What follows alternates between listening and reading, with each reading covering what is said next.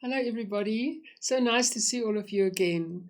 So, today we're still continuing with our lessons on measuring, but today we're going to do something so exciting. We're going to solve problems using the theorem of Pythagoras. Now, what on earth is that? The Pythagoras theorem defines the relationship between the three sides of a right-angled triangle. Now, can you still remember what a right-angled triangle is? Yes, correct. There's our right angle. So the two sides form a right angle, and then we've got the side that connects them, which is the hypotenuse. It is the triangle with one of its angles as a right angle, that is 90 degrees.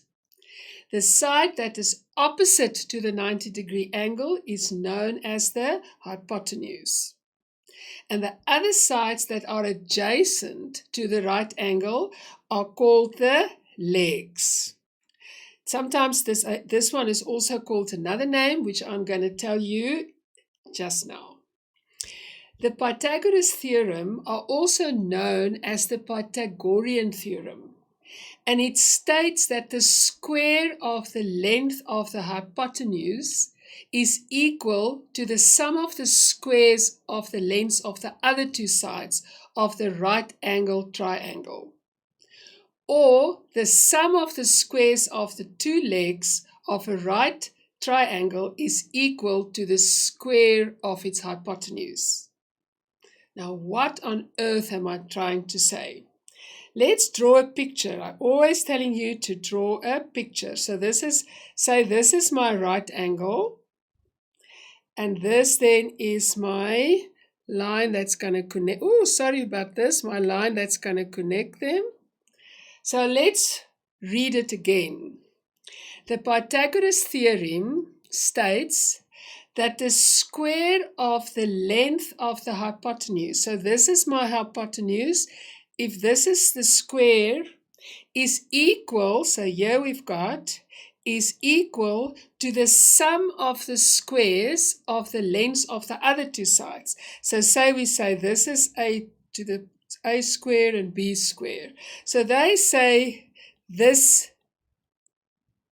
is basically what it's saying, okay? So let's read it, that the hypotenuse, the length of that the square of the hypotenuse is equal to the sum of the squares of the lengths of the other two sides. Or the sum of the squares, or the other way around. If you add these two, then it is equal to the square of its hypotenuse. Okay. So, furthermore, if one of the legs, I see we haven't got the one there, one of the legs or the leg on which the triangle rests is called the base, this one. And the side opposite the right angle is its hypotenuse, there we have it, and the remaining side is called perpendicular, this one. So remember I said to you the two legs have also got different names, and here we have it. The one it's resting on is the base, it makes sense, right? Then we've got the hypotenuse, and the perpendicular is then the other side. So mathematically, the theorem then will read like hypotenuse square equals perpendicular square plus the base square. It's exactly what we said in the previous slide, isn't it? Right. So now let's find an example. They ask us to find the hypotenuse of a triangle whose lengths of two sides are 4 centimeter and 10 centimeter. So all we do is we use our formula. Hypotenuse square equals perpendicular square plus base square. So the hypotenuse square then equals 10 square plus 4 square. So the hypotenuse then equals the square root then of 10 square plus 4 square, which is 116 square, which gives us 10.77 centimeters because we're working in centimeters. Now let's make it a little bit easier. If the hypotenuse of a right angle triangle is 13 centimeters, so now we're going to draw our triangle, and they say the hypotenuse is A and it is equals 13 centimeters, and one side B, say we say B for base, is 5B equals 5 centimeters. They ask us what this side would be. So if the theorem then is A square equals B square plus C square, now we just fill in what we have. So that is 13 square equals 5 square plus C square, right? So we know now we've got to get C on its own. So in order to do that, we're going to take the 5 square to the other side. We're going to work out the square root of that. It works out 144. So C then is 12 centimeters. Okay, right. Let's see if you can do some. Find the hypotenuse of the following triangles. So you can see it's fairly simple. Pause, do them, and then check your answers. Okay, have you tried them? Okay, let's start with A. So A tells us that we have to work out the hypotenuse in each one. Can you see? We've got the right angle, so we've got the base and the perpendicular. So we need to work out the hypotenuse. So A2 equals B2 plus C2. So that will give us 8 to the power of 2 plus 15 to the power of 2. And if we work this out, it is 64 plus 225. It will give us 289.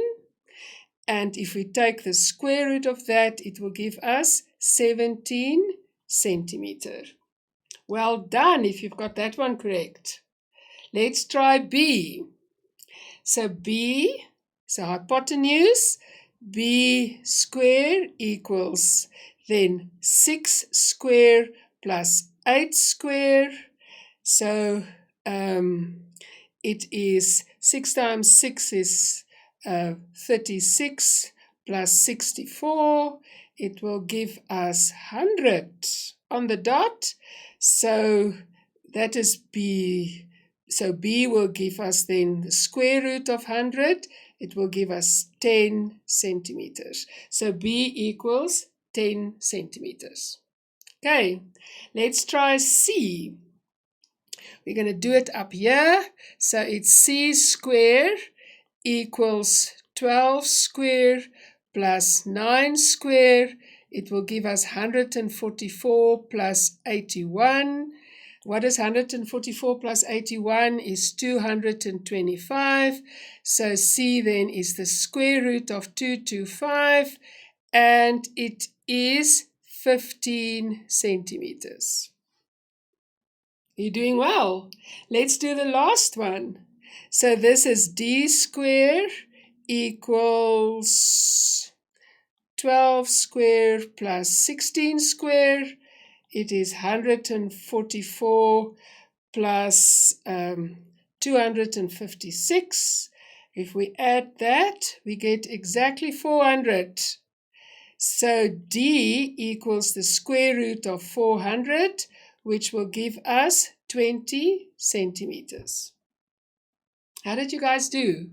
Well, okay, now let's do it the other way around. Let's do some exercises if we have to find the one leg, right? So pause, do them, and then we're going to check, then you're going to check your answers, okay? So they ask us using Pythagoras and find the lengths of the side labeled with letters. So this one, so what do we need to do here? We know that 17 square equals 15 square plus a square, okay? So what do we need to do? We need to get a square on its side.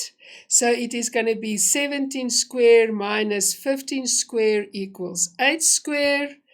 This is going to be 289 minus 225 equals a square. This is going to give us 64. Yes, is going to be a square. So a is going to be 8 centimeters. And you always know how to check that, right?